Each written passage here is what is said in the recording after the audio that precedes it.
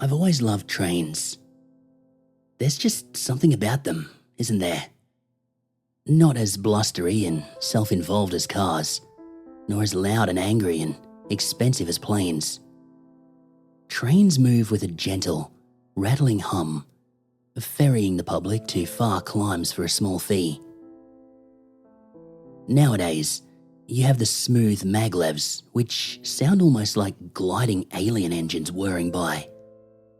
But me, I'm a fan of the old single-car trains, ricketing along rusting metal tracks that grow thick with untethered grass.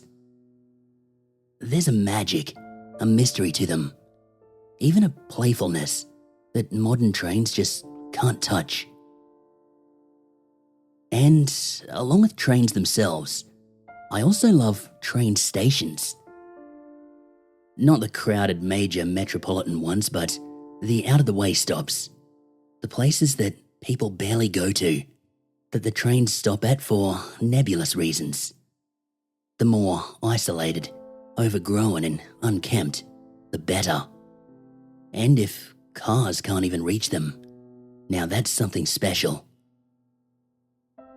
I started what one might call my collection of stations back before college.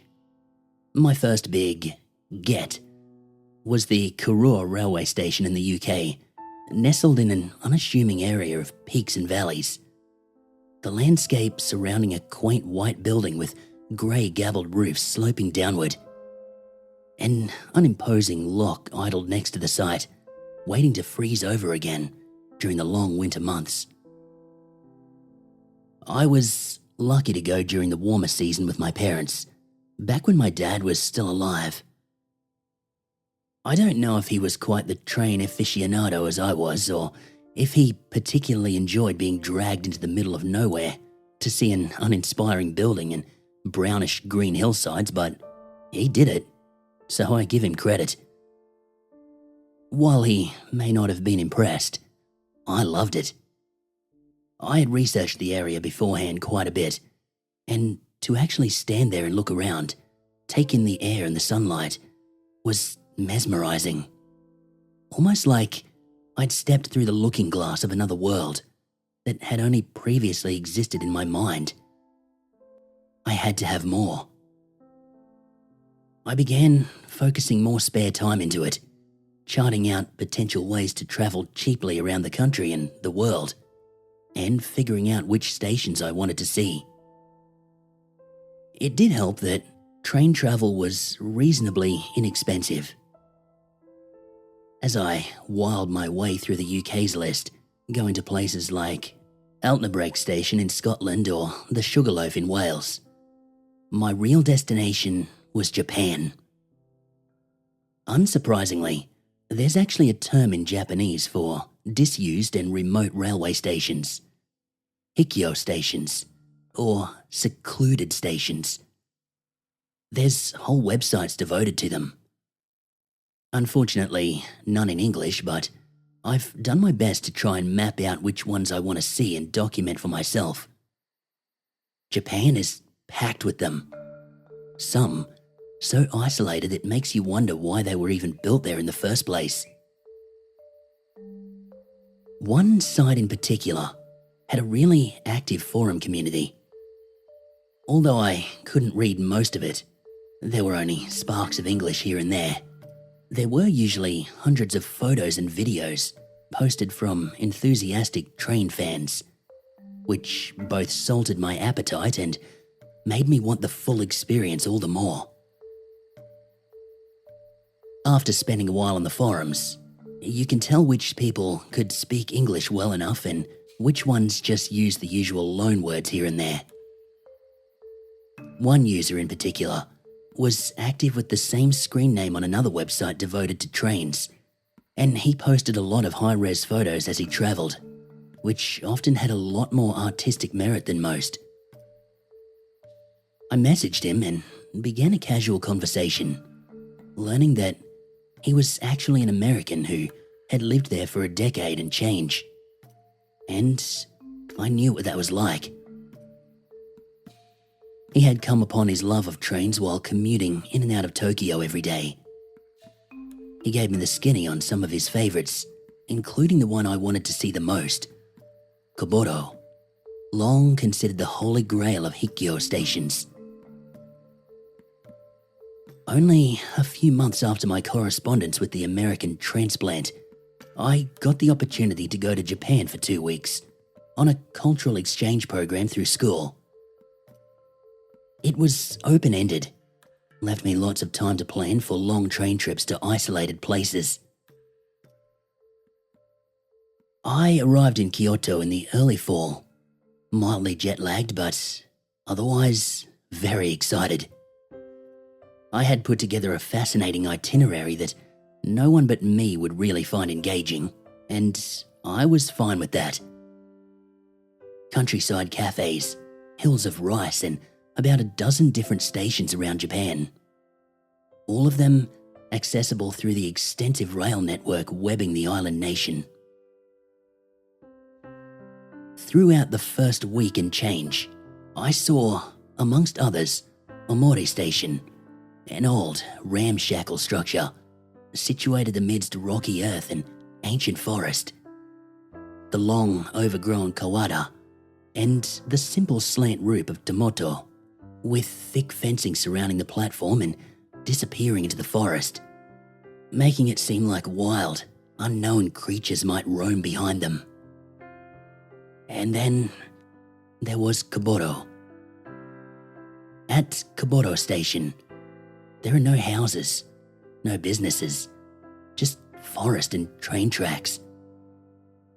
The single path out of there, unpaved and guided only by some rope tied to the trees, leads down to a quiet beach in a small cove, a makeshift shrine and statues of Buddha decorating the inside of a shallow cave underneath the cliff face, blue, clear water saturating the sand with gentle waves up the shore.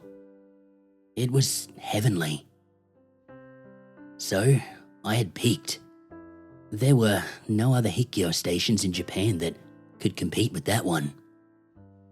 There may not be any stations in the world either, so I felt a little melancholy with my conquest. I sent my unseen friend the pictures I took. He was eager to know what the area looked like through my eyes, and I expressed my longing for more and greater Hikyo stations. He said he understood and asked if I was really serious about finding one. Naturally, I said yes. I wasn't expecting him to actually know about a station I didn't, as I had been researching them on and off for years. But I'm always up for being surprised. In northern Japan, there's a station so remote, so isolated, he wrote, that the train only goes there once a month. It doesn't appear on any official maps or any train schedules. Then how, pray tell, did he know about it? He said his cousin worked for the train company there, and his cousin knew some people that knew some people, etc. The important thing was that he knew how to get on this train, which still accepted passengers, if you knew when and where to get on. He gave me detailed instructions, which I will not repeat here for reasons which will become obvious. The main thing was that I needed to be at a certain station that Thursday at 5:20 a.m. If I waited there just a few minutes, a train would come along heading north and stop to let me on. As long as I had a valid ticket to ride, they wouldn't stop me. The trip would take about an hour, and I would know the moment I was on unfamiliar tracks, because the mountains really start to crowd around you. And I have to warn you, he said, the return service is only 20 minutes after arrival. So if you don't get on, you're stuck there. You don't want to get stuck there. It's not a good place to be at night. I pushed for more info, but he said he had to go, left it at that. What I should have done was ignore it. have fun for the remaining few days of my trip, and go home. But I figured that the guy had been on the level when he spoke with me before. Why would he lie now? Besides, the worst that could happen was a few hours wasted on a wild goose hunt. And so, when Thursday's sun began to crest the horizon, I was already seated at the appointed station, waiting patiently for a train to arrive, when nothing was scheduled for at least another hour. Only the mossy ground peeking through the cracks in the platform and the incessant humming of the cicadas kept me company. Uncharacteristic for my luck, the train arrived as promised. It looked like any other normal railway car, a single length for a small assortment of passengers. The only distinction was the lack of the characteristic green and purple lines that were painted around the exterior.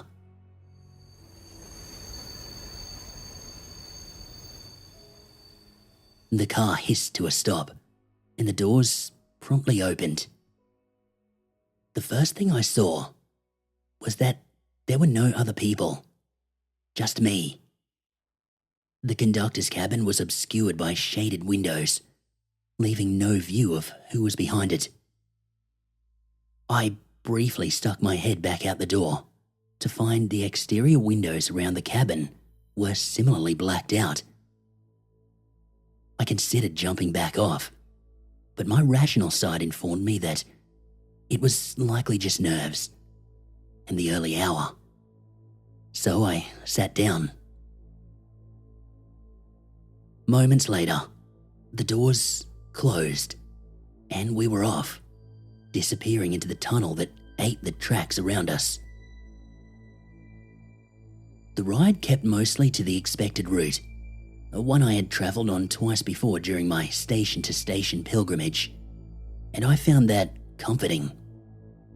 Maybe it would just take me to a normal station out in the middle of nowhere, and that's why my forum friend didn't want me to get stuck. I certainly wouldn't want to stay at any of those stations overnight, and it had nothing to do with being creeped out. Well, maybe a little. After we passed the third station without ceasing and entered yet another tunnel, there was a sudden shuddering bang, and the entire track shivered. I was shifted around in my seat, nearly falling off. Outside, the dark tunnel hid any hint of what had happened. Now I was starting to feel nervous. That had never happened before, and I had gone through these tunnels a few times without incident.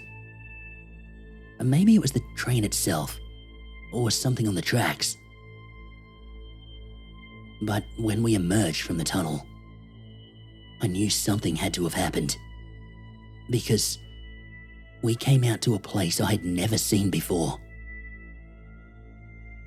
The train tracks were perched on a narrow strip of land with steep hillsides of cold granite leading to a misty valley below. Surrounding us were jagged mountaintops that held no green or signs of life, the craggy stone looming above like robed men around an altar. I took out my phone and I pulled up maps. I would feel better if I could just get some info on where we were. The GPS icon pulsed for a few moments, attempting to find a signal in the sky, and failing. My reception briefly showed 4 bars, until the phone caught up with itself and dropped it down to 0. I stood up and I walked around inside, hoping that holding the phone a few more feet in the air would somehow grant me a signal. But despite my efforts, nothing came, and I eventually sat down, defeated. I didn't know where I was. I didn't know where I was going, and I had no cell reception in case of emergencies. Yeah, my nerves were starting to edge. There was no time to panic though, as the train rounded a bend and the mountains opened up and I approached my destination, The tracks curved with the mountains and pulled up to a small platform, barely large enough to fit the length of the train, as the familiar clanging bells signaled the arrival. The brakes hissed as we stopped and the doors creaked open. That red flashing light on the edge of the concrete platform slowed to a stop. I sat there, debating whether to get off at all. But this was just too bizarre to just sit here in the train, staring at the choir of dead mountains surrounding the area. I took a breath, and I stepped outside. The mountains had become less claustrophobic, yet somehow more imposing. They widened out from the narrow train route and instead circled the station in the distance.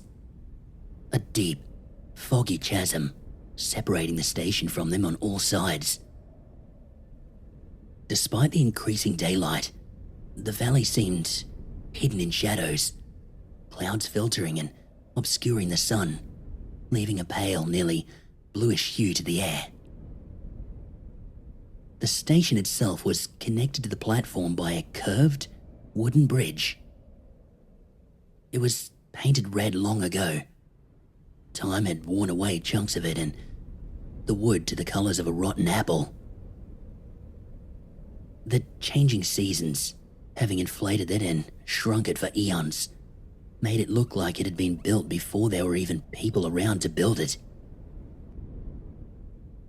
Below the bridge was another drop into the inky blackness, with no bottom visible, just the cover of fog.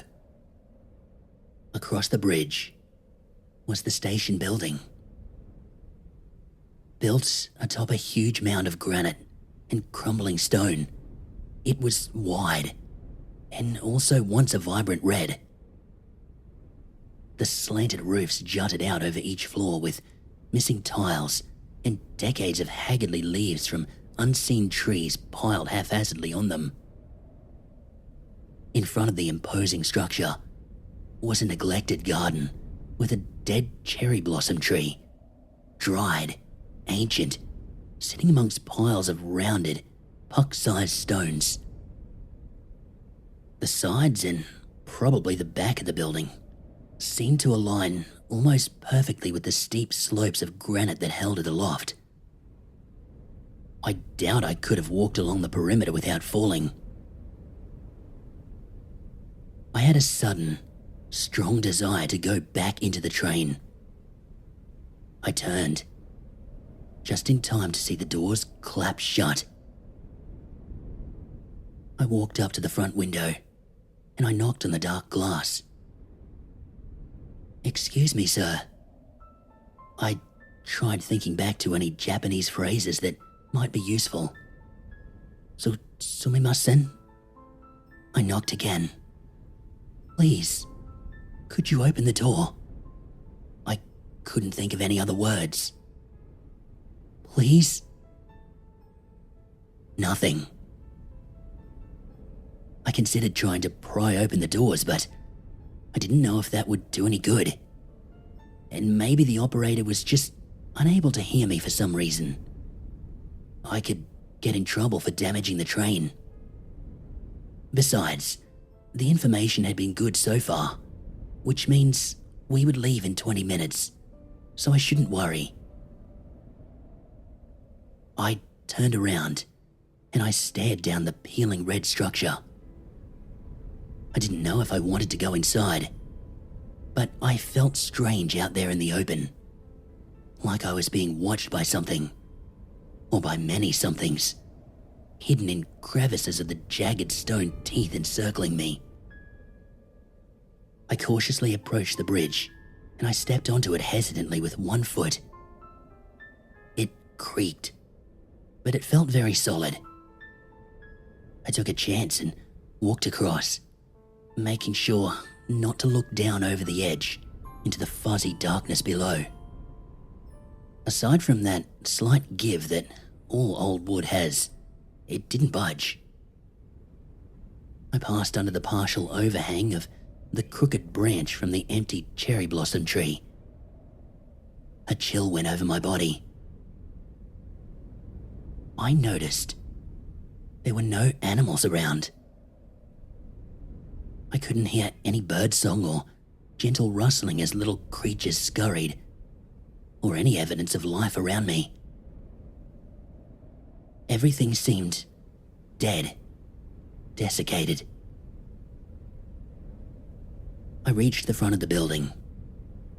2 steps leading to the massive double front door, which only had one remaining, still hanging firmly.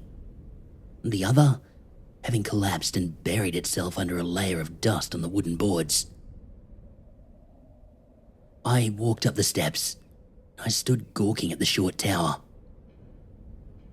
There was an intricate latticework of figurative carvings lining the underside of the bottom roof.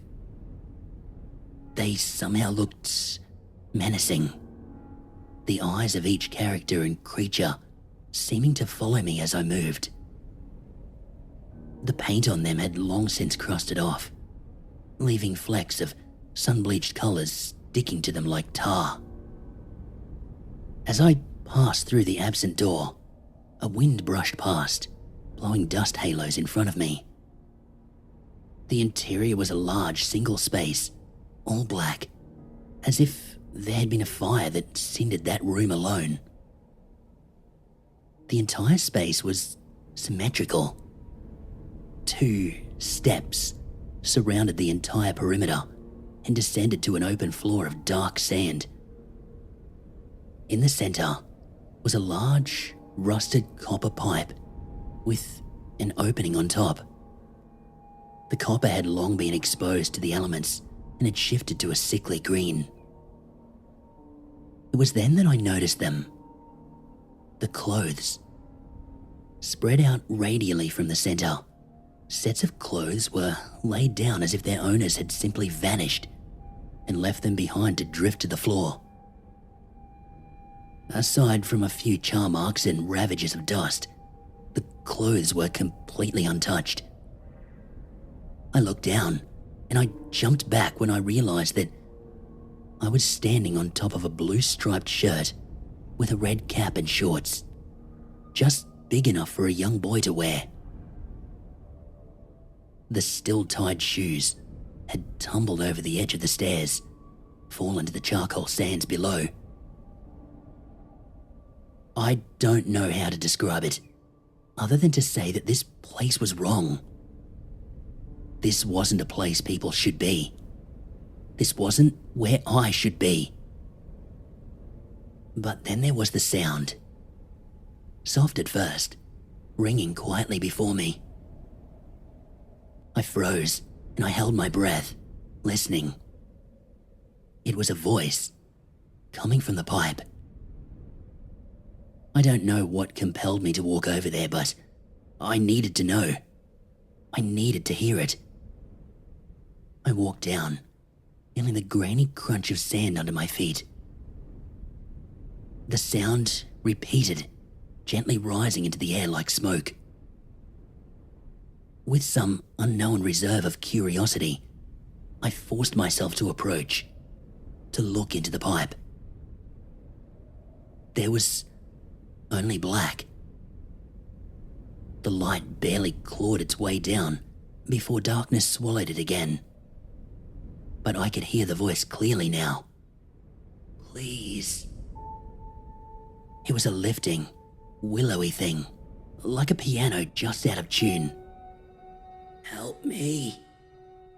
The words were haunted, cold, a tired ache for someone, anyone. I wanted to call out, to give them comfort, but my voice caught in my throat. I couldn't speak, couldn't move. I just stared into that cold, empty blackness. But when the voice spoke again, I felt my heart pause for a moment in my chest. Please. It was me. Help me. It sounded like me, but it didn't sound like me. Like an old echo, strained and beaten of all life and all joy. It was my voice from the pipe, calling up to me to save it. Then there was a scratching, a moving, something crawling, like a dozen limbs scraping and ascending the pipe, coming up at me. Please.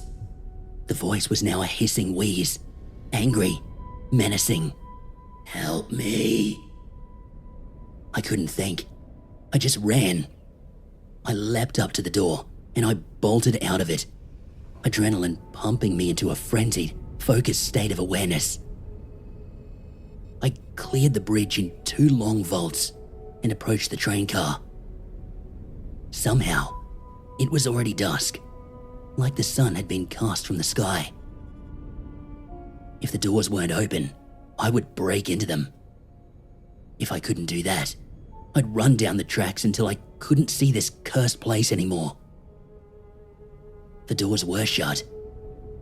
I bashed on them. I banged on them and screamed at them to let me in. Angry, frightened tears fell haphazardly, and I began to punch the glass window, hoping to shatter it and crawl through the jagged hole to get in. I glanced behind me. I don't know what exactly it was, but in the alcove of the door, hidden by shadow, was a figure, staring straight at me. I couldn't make out the features, and I didn't want to, except for the eyes. 2 pinpricks of white reflecting at me from a dark face. I turned back and I ran my fist into the glass harder, forming a crack. I didn't dare turn around. If I turned around, I would see it right in front of me. I would see its hungry eyes and know that I would never see anything ever again.